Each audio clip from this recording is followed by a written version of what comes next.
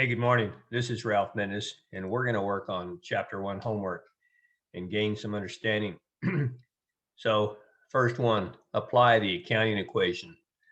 The total assets of charter company equal 870,000. Its liabilities are 505. What are the amount of liabilities? Well, what is the accounting equation? Assets equals liabilities plus equity. So, how would we find this unknown liabilities? Assets minus the equity, right? Wouldn't that work for us? So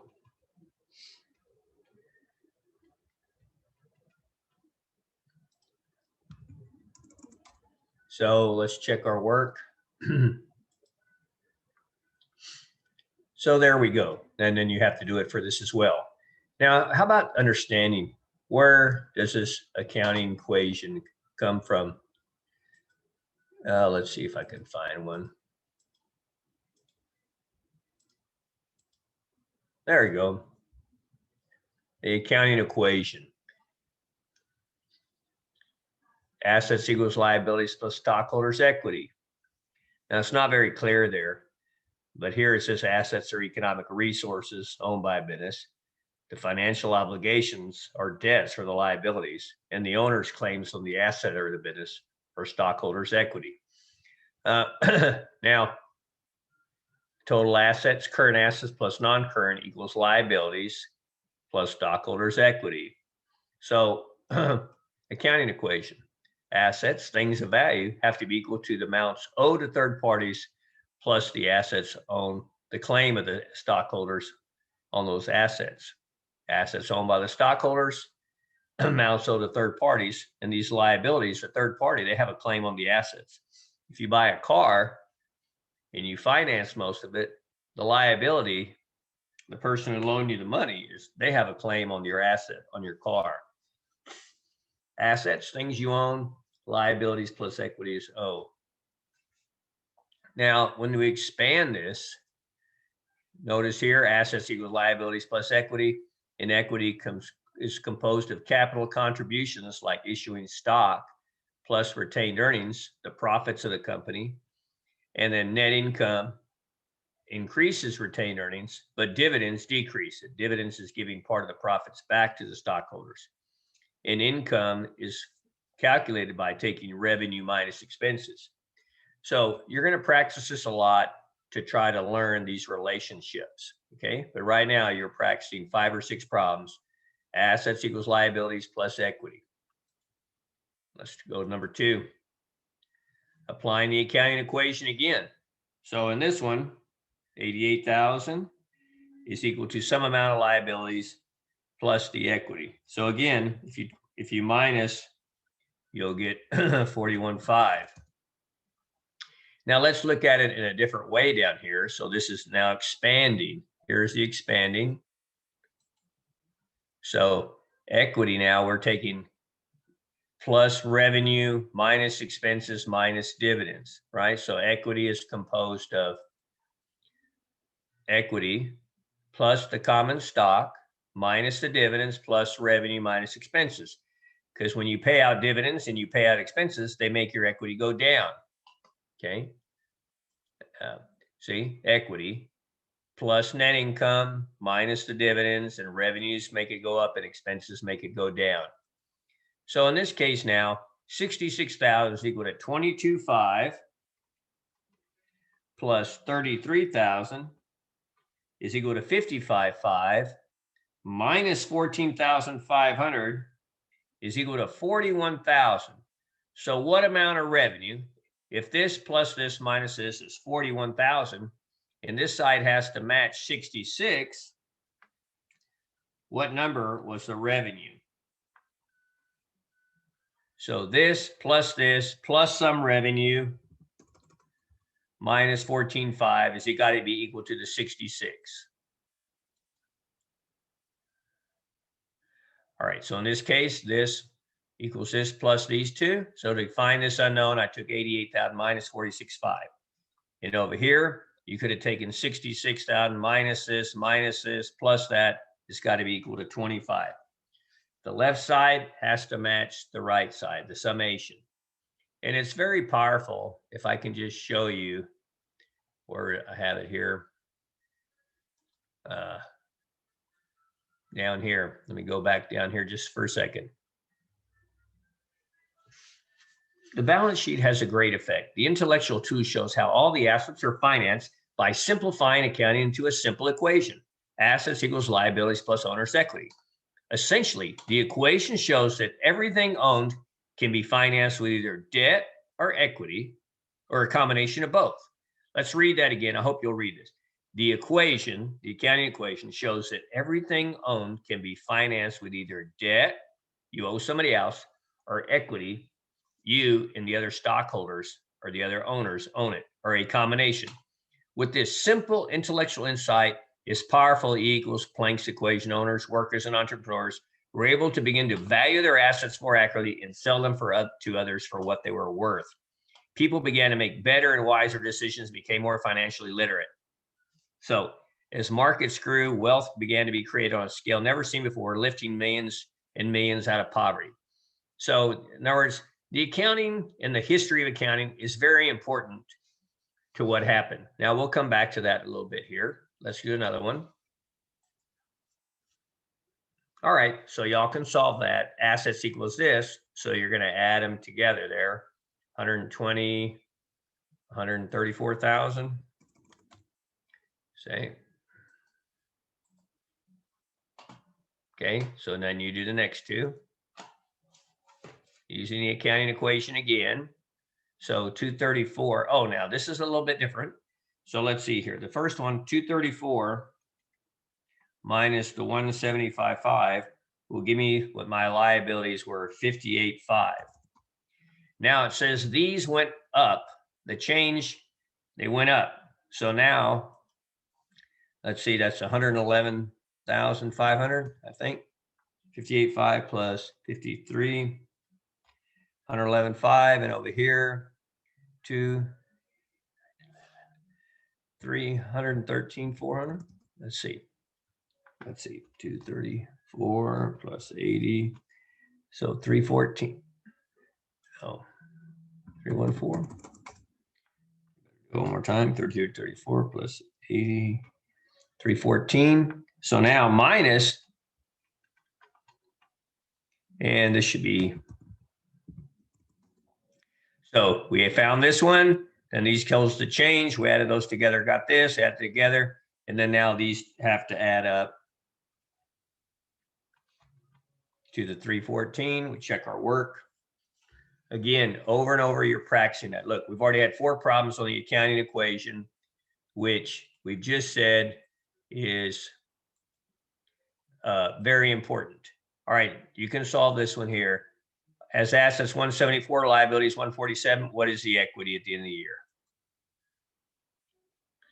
Same thing here. Beginning, making it harder on you now. You got to work backwards. So if the ending is 190 and the change went up by 60, what was the beginning? So that's 130. So if you have 130 minus 44 will give you the equity. So, and then here liabilities went down. So 44 minus 5 at the end of the year, they're 39. So this one here, you're going to have to work backwards and try to solve that one.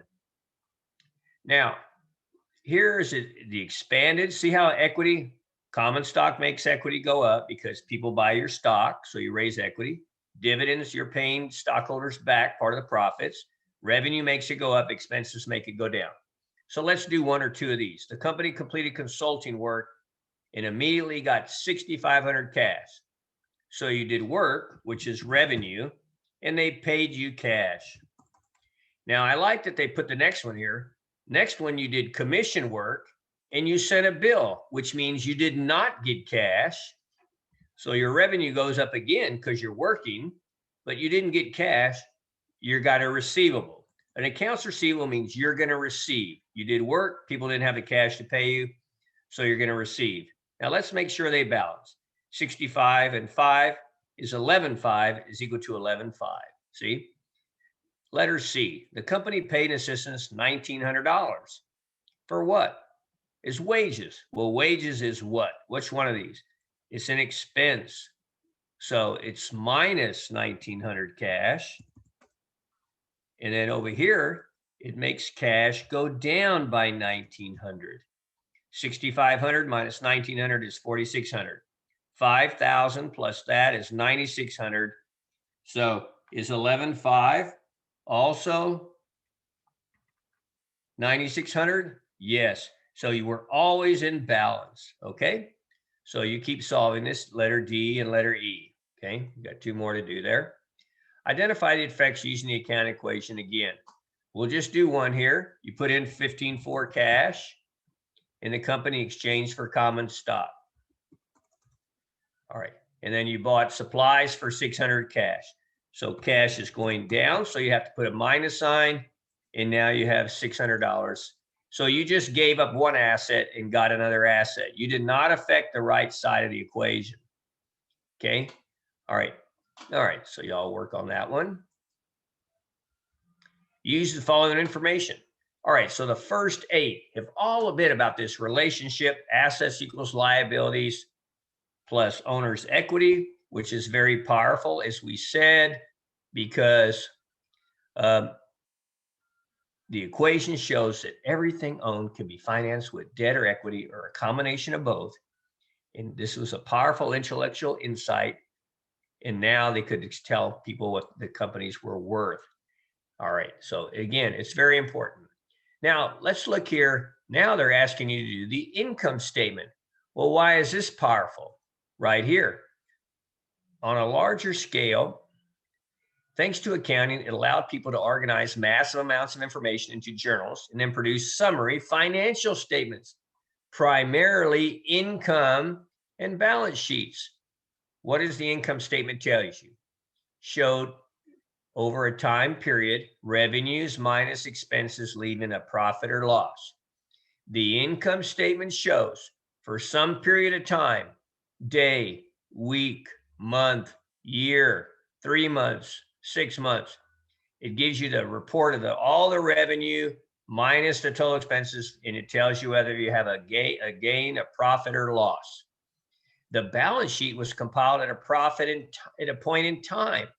So the balance sheet is just one day. It's not for a period, and illustrates the assets, debts, and differences in the owner's equity. Look at the importance, though. That's why you're doing this. These financial tools enable the entrepreneurs to allocate resources more effectively. If the person owned 2 restaurants, they could look at each income statement and see the profit or loss. They could determine which one to close and which one to invest more money in. On a larger scale, trading ships were soon analyzed by income statements, and more decisions began to be understood using the tools of accounting, leading to greater efficiency of capital, the savings of a society. Out of the income statement came the intellectual miracle of the ROI, return on investment, which allowed their investments mathematically. And soon after, the business community started to add risk to the analysis, which was another game changer. Well, if we can make $1,000 on investment A and 1,000 on B, which one has the least risk, making it safer? So the combination of risk and return into business analysis became the basis of modern business theory. So accounting is huge. It's important. I'd love it if you ask someone in your family, does accounting matter? Is it important to you in your business? All right. So now, what's on the income statement? What was on there? The income statement, revenue minus expenses. So that's what you got to put on here. They gave you all the accounts, but you just want this revenue minus those expenses right there. There's 4 of them. So right here, you have to tell them what time period. Tell the world this is for the month. What are your revenues? Well, we have consulting revenue. We're a consulting firm. So consulting revenue, and we're going to put 18,350. So there's our total revenue minus the expenses.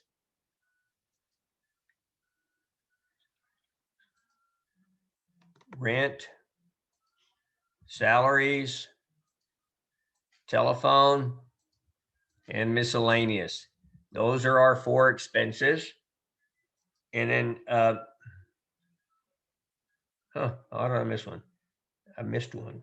Rent. What happened to rent? Rent, salaries, telephone, miscellaneous. Okay, so how much are they? 4820, 8370, 910 of telephone, and miscellaneous of 720. Total revenue, total expenses.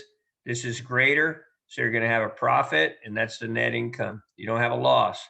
So now 18,350 is your total revenue minus 14,820 is equal to 3530 worth of income. And if you had another company or another restaurant, you could put the income statement next to it, and like they were talking about, you could see which one's more profitable. Return on investment. Well, how do you do return on investment? The income number there. We take this divided by the assets we have invested. So that's where the ROI comes in, right? Ships were analyzed by income statements. You make decisions based on those income statements. ROI, income divided by average investment. So this is huge, which came so let's just make sure we understand we're going to do the balance sheet next. And again, they gave you the revenue expenses, but they don't belong on the balance sheet. They give you these other accounts, but you have to learn what's the accounting equation. Assets equals liabilities plus equity. So on this, I'm sorry, we're doing a statement of retained earnings. Okay. So now, all right, in October, show the following items. So 18,350, 4820, 8379, 10. So we're going to use the income over here because the numbers are the same. 3530. 3530. Okay. So you use the same information. Now, again, you got to tell the world this is for a month. So you got, what are the retained earnings at the beginning? What are the retained earnings at the end? That's what you're trying to do. Retained earnings at the beginning plus income minus loss minus dividends. So in our case, we have net income. And how much was it again? 3530. What about the beginning? Did we have beginning? The retained earnings October 1st is 0. So we had none. We just started the business. Now, did you pay out any dividends? Yes, less dividends. Where are they? Dividends. Did we pay dividends? Yeah, there they are. And do we have to put a minus? So the following items, I just don't know whether I have to put a minus 3390, although it says less, so I'm not going to put it. So you had 0 at the beginning, plus you made profits, then you paid out most of it. So it gives you retained earnings at the end at 140. Let's check our work. I need to see if they want a minus. Oh, let's go. Okay, retained earnings beginning plus our income. Now, if we would have had a loss, you would have put less the loss, okay, less dividends. All right, so now you've done the income statement. Now we've done the statement of retained earnings, which tells you, hey, what were the retained earnings beginning? What's the change? And then we need that number over on the balance sheet. Why do you need it over there? Well, because the balance sheet has what on it? The balance sheet has assets, liabilities, and equity. All right, now, so we're going to do the balance sheet. Assets equals what? Liabilities plus what? Equity. See, assets, this side has to be equal to this side plus this side. So the sums down here at the bottom should match up. All right.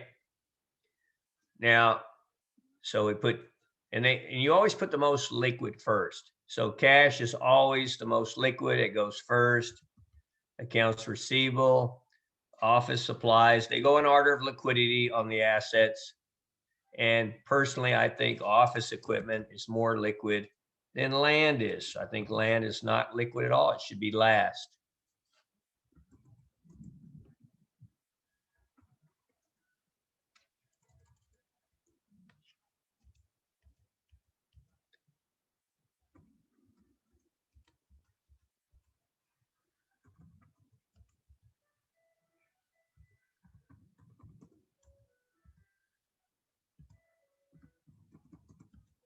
Now, is that all the assets? Cash, receivables, office supplies, land, and equipment. So we have 5 of them. 1, 2, 3, 4, 5. We have total assets. So now that's the total assets. Okay. Now, if we did it right, well, let's see here. A liability, account pay, you're going to owe. So that's accounts payable. You owe someone, accounts payable, 9740.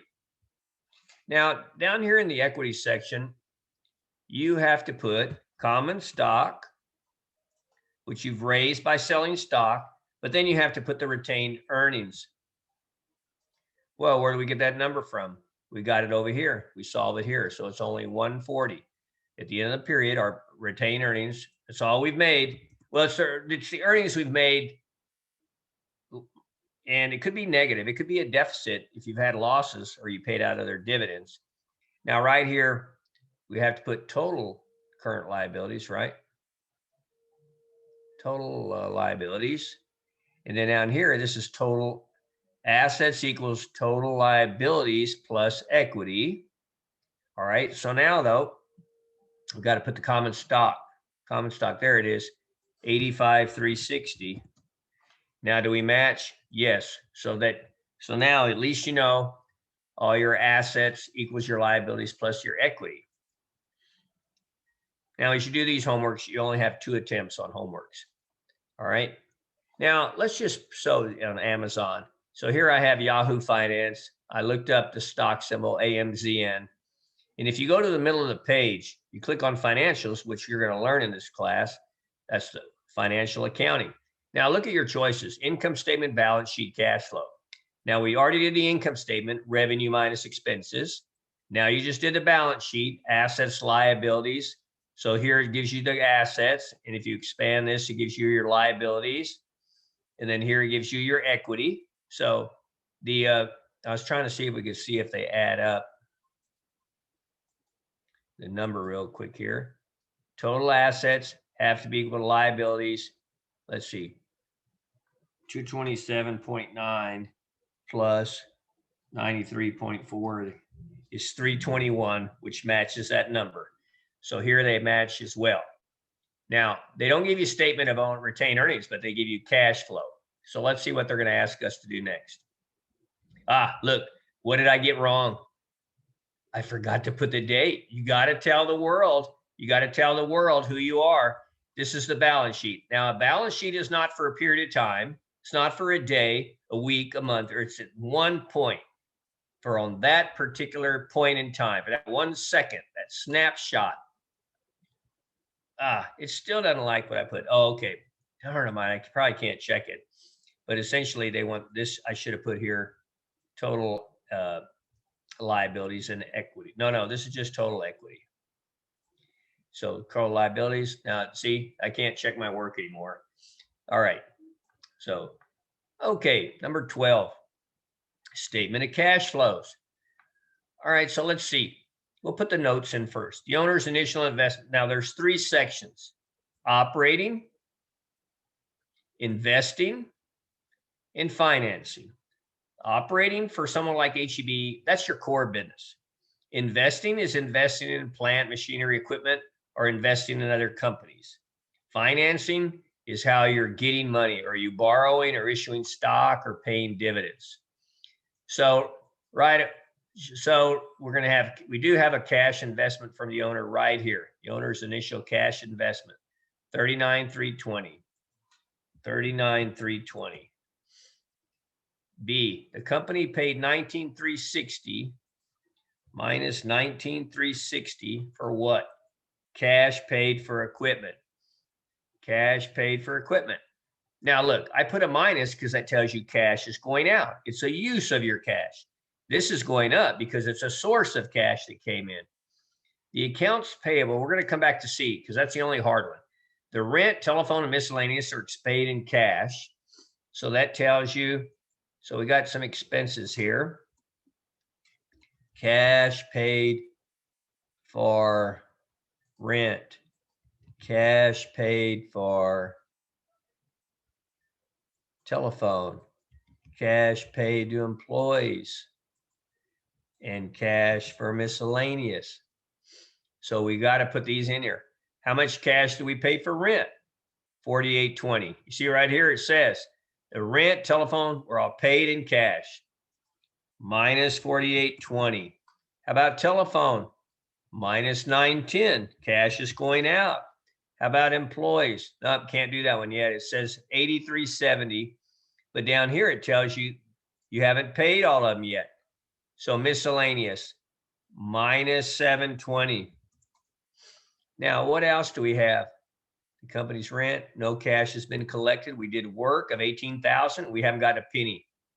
All right, anything else in here? Oh, there's dividends, 3390 paid to the stockholders, dividends, cash dividend to shareholders. Now, this is cash, because it's a positive number, it's cash provided by financing. This is a negative number, which means you use cash there. So that's the cash used by investing activities. Now, we don't know it here yet, but let's go check.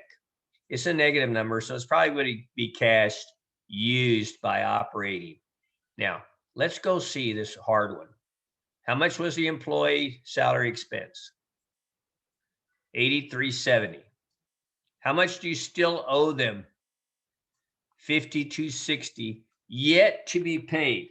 So if it's 8370 and you haven't paid them 5260, how much have you paid them? You owed them this much, you still owe them that much. How much did you pay them? Yeah, you got to subtract them. So when I subtract them, 3110. Now let's look at the other one here. Office supplies are 4480 that you owe. Consists of 4480 office supplies yet to be paid. Well, you bought 4480 and you still owe 4480. So no cash went out for that. All right, so now if I add up O, I, and F, that'll give me my change. So cash went up. It's because 35,930 minus 19,360 minus 9560, my cash is going to be 28,920. That's how much it went up. I'll do it again. 35,930 minus 19,360 minus 9560. Oh, what did I do? It's 7,010. So I'll have to do it a third time. 35,930 minus 19,360 minus 9560. My cash went up $7,000. Well, what was my cash at the beginning of the month? Anybody cash? Oh, cash, no, retained earnings were 0. On October 1st, they organized. On October 3rd, he contributed. So the cash at the beginning of the month is 0. So the ending cash should be 7,010. And look, it is. So that tells us we did the cash flow statement right. If you do not match, your ending number does not match that cash, that means we have a mistake or an error somewhere. All right. So let's check our work, see how we did. You only have 2 attempts. There you go, to do your work. Return on assets. What's this? Well, this is what we talked about. Return on assets, return on investment. So because accounting was invented, it led to these things. So they're very important. So what do we want to know? Well, what's our income? What's the assets? So it's not the beginning or ending. You got to add these two together, divide by 2. So here it's going to be 38,000. What's the average? 175. What's 175 and 225? So 400 divided by 2 is 200,000. So if you made 38,000 on 200,000 investment, you made 19%, right? So that's why this is important and what it led to. So I understand you don't think accounting is relevant yet, but it can be if you start thinking about how the uses are. All right, so now we have one more. So let's talk about this relevance one last time. Return on assets. When was accounting invented? It says here, when was accounting invented? Do a Google search. The father of modern accounting is Italian Luca Pacioli, who in 1494 first described a system of double entry bookkeeping used by Venetian merchants in his Summa de Arithmetica Geometria. I don't think I'm pronouncing it right. He was a Franciscan monk born in Borgo San Sepolcro, now northern Italy. So that's what Google says. All right. We talked about the accounting equation. Here's the history of banking. Began with the first prototype banks, which were merchants of the world who gave grain loans to farmers and traders who carried goods. This was 2000 BC in Assyria, India, and Sumeria. So there were loans made 4,000 years ago. Later in ancient Greece and during the Roman Empire, lenders based in temples gave loans while accepting deposits and performing the change of money. The archaeology from the period in ancient China and India all show evidence of money lending. So money lending, but then so what did you have to have? The development of accounting. The history of accounting or accountancy can be traced to ancient civilizations. The early of account dates to ancient Mesopotamia. So 7,000 years ago is the earliest information we have about writing, counting, and money in early auditing system by the ancient Greeks and Babylonians. By the time of the Roman Empire, the government had access. So even in India, Chanakra had wrote a manuscript. Then Italian is recognized as the father of Italian. But the truth is, they've been using accounting for 5,000 years because he's the first person to publish a work on double entry bookkeeping. But then, so this is what I was taught. But then I ran into this article. So who invented double entry bookkeeping? Luca Pacioli or Benedict Kotuljevic? So, and all the time, I've heard. So this person was standing on the square in Dubrovnik, Croatia, which is across the water from Italy. It's a beautiful town. And he, being an entrepreneur, I had to correct him. All energized and eager to lecture with my school teacher hat on, I began, I am an educator and I want to correct you if I may. Double entry bookkeeping was first invented in Milan by Luca Pacioli, the father of accounting, who was a Franciscan monk. He wrote the Summa de Arithmetica in 1494. Warming to my topic and speaking just loud enough so others could see how smart I was, I said, Luca was living with Leonardo da Vinci and was his math teacher. So the guide, a lifelong member of Dubrovnik, smiling, let me continue on. And when I was done with my speech on accounting history, I began to smile, bro, my own wisdom, looking around and nodding in self-satisfaction. He paused gently and said, yes, Steve, but I think I'm right. Check it on Google. His name was Benedict Kotuljevic, who was born in Ragusa on what is now in Dubrovnik in 1416 on this square. So Dubrovnik wrote a book in 1458, whereas everybody is saying that the father of accounting was 1494. So he gets all the credit, but there was a book written 35 years before or whatever, and called Book on the Art of Trade. And although it was only in a short appendix, it was the first description of what was once the world's greatest intellectual breakthroughs, modern accounting. This craft enables merchants, entrepreneurs, and their investors to keep track of every penny they receive or spend. Thanks to accounting, it allowed people to organize massive amounts of information into journals and then produce summary financial statements, primarily income and balance sheets.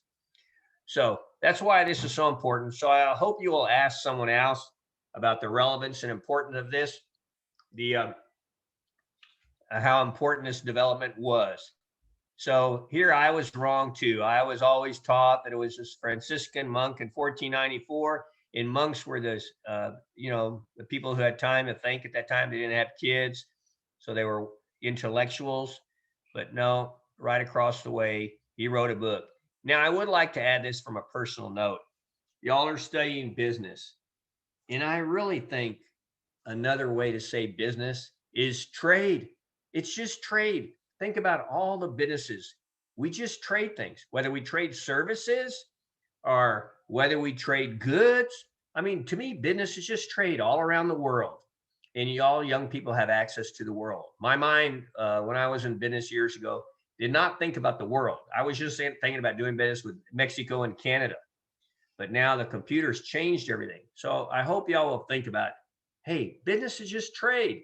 And you need to learn accounting so you can keep track of your trade, what you're trading around the world.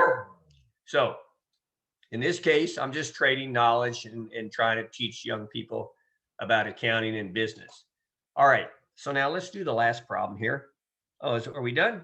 Oh no, we got one more, cash flow. Now, what were the three sections of the cash flow statement?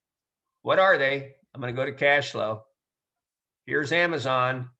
There they are. Oh, I forgot. That's the acronym I asked you to remember. Oh, I forgot. And then you'll remember the three sections to the cash flow: operating,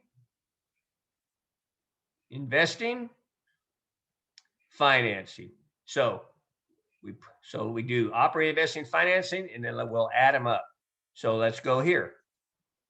Operating, investing, financing, and then this will give us our change, whether we had a decrease or increase. So I really can't put one, but I'm going to take a chance and put that. And then what was your cash at the beginning of last year? And then what's your cash at the end of the year? Okay, so let's see how we do here. Operating, where are you? $7,100 came in from operations sources. Investing, minus $3,000. Maybe we bought equipment. Financing, minus $3,800. Maybe we paid back our loans.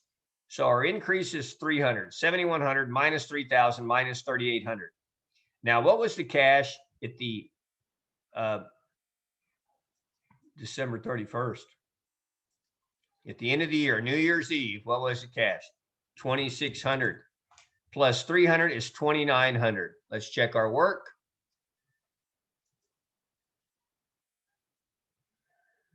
Oh, look what it liked. It didn't like cash from because it's negative, money's going out. So it wants us to put cash used by investing, cash used by financing. All right, this is my last attempt. All right, so I hope this helped y'all. Y'all have a wonderful day and hope this helps. Thank you.